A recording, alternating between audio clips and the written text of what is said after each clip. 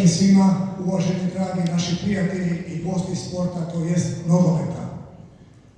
Naša zadaća i naš ponos je da informiramo predsjednika Davora Šukera, uzvanike, goste, medije, da sljedeće godine imamo 20 godina suradnje sa Hrvatskim nogometnim savezom. To niko u svijetu, u Europi nije do sad imao tu priliku da bude partner jedne odgovorne i najvrednije i najmoćnije institucije što je Hrvatski nogometni savez.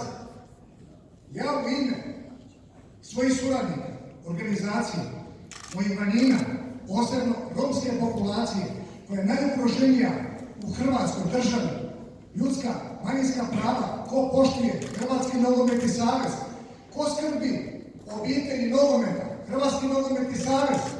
Mi ne trošimo gradske novce, mi ne trošimo vladine novce, mi nemamo mogućnosti, imamo svoje stadione, ali imamo sve stadione širom Hrvatske, gdje smo ponosni, gdje god dođemo, a nije ni kod nas sve med i mlijeko. I mi imamo poteškoća, jer ljudi kad dođemo negdje da odradimo naše promotivne, naše ponosne kampove nacionalnih manjina, do sad smo i odradili 15 nacionalnih manjina, to ne radi niko u svijetu, to ne radi niko u Europi. Najmoćniji savezi su za nas zaostali puno godina, 20 godina smo ispred svih saveza.